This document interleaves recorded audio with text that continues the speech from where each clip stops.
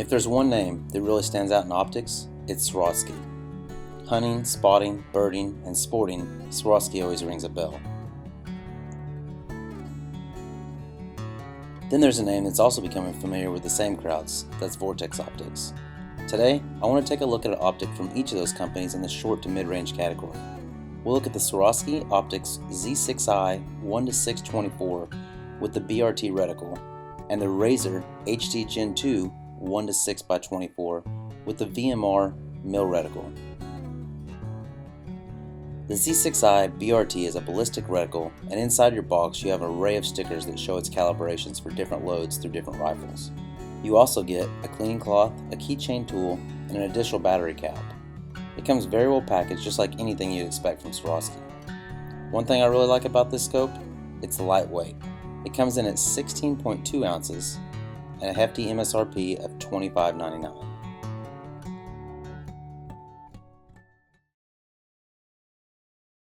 The Illumination Adjustment is towards the rear and it's easy to set.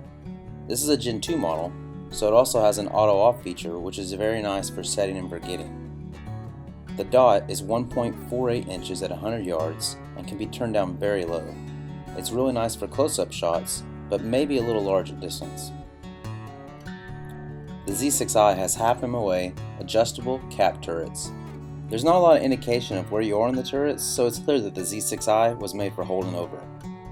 Although small, the turrets had positive engagement, but they really seem to be made for adjusting at the range and not so much in the field. But they are finger adjustable, so no tools are needed for adjustments. Next up is the Razor HD2. It's a completely different animal in terms of looks. It's beefy, it's clunky, it's very grippy. Watch your hands on those turret caps. It comes in at a full 9 ounces heavier than the Swarovski at 25.2 ounces. With a map pricing on the Razor is $13.99.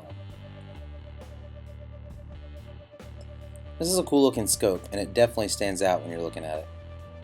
On both scopes, I opted for the throw lever. Swarovski makes their own, and MGM makes the one for the Razor HD2. I feel like it's a must-have for any optics like this, where you're ranging from 1 to 6 power. Now onto the turrets. The HD comes in half MOA and 2/10 mil adjustments. I opted for the VMR2 reticle in mils, so I got the 2/10 mil adjustments as well. The turrets are clearly marked, and you have 20 mils of adjustments in one turn, with a total of 40 mils. On the windage turret, it's marked with right and left, so you can see from a glance which way to adjust. On the other side, you'll find a huge, super grippy, locking adjustable illumination knob. Both of these optics are daylight bright, and you have many adjustments in brightness. Swirl has the edge in how it can be turned way down. Really great for hunting. One thing I noticed about the HD2 was how the glass really stood out at the back. I have no idea if this makes it better quality. I do know I was worried about scratching it. As with the Z6i, you can really see some nice coatings on the glass. If you have a tad bit of fisheye when first looking through it, adjust your ocular ring until it goes away. Let's see what my dog Litz has to think about this. That's something you might not notice at first on a higher power scope, but when you're going down to a 1 power scope, it definitely makes a difference. For both optics, I used a SWFA branded Bro mount that was slightly forward. It's a cutie mount and very solid. It's repeatable and it's really easy to take on and off the rifle. Now, let's look through the glass. Everyone, including myself, wants to know about the glass quality.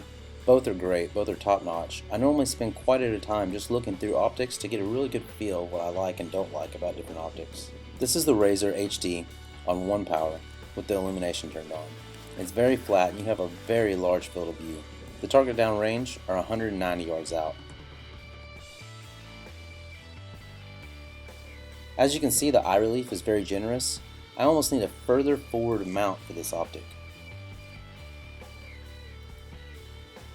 Getting and staying behind this optic is not difficult.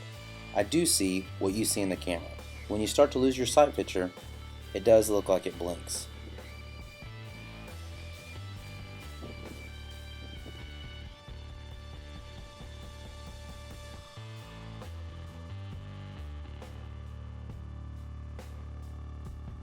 This is where these optics got the most use, on top of my 18-inch AR. It started life as a Daniel Defense DDM4 V1 and it evolved from there. Here's the Razer HD2 on 6 power. I had a hard time getting clear video here, but make no mistake, it is crisp from edge to edge for sure.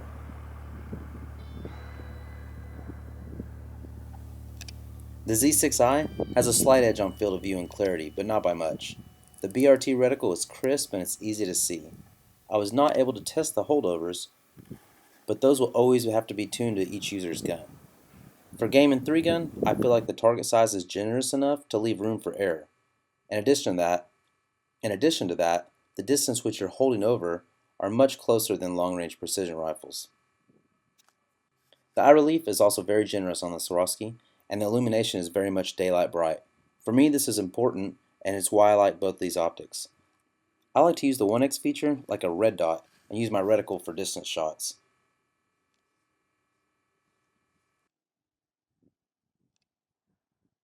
What I really like about the Swarovski is its ability to be used for multiple things.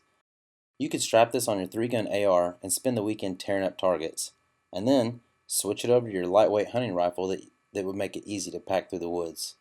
It truly has amazing glass, and I expected nothing less from them.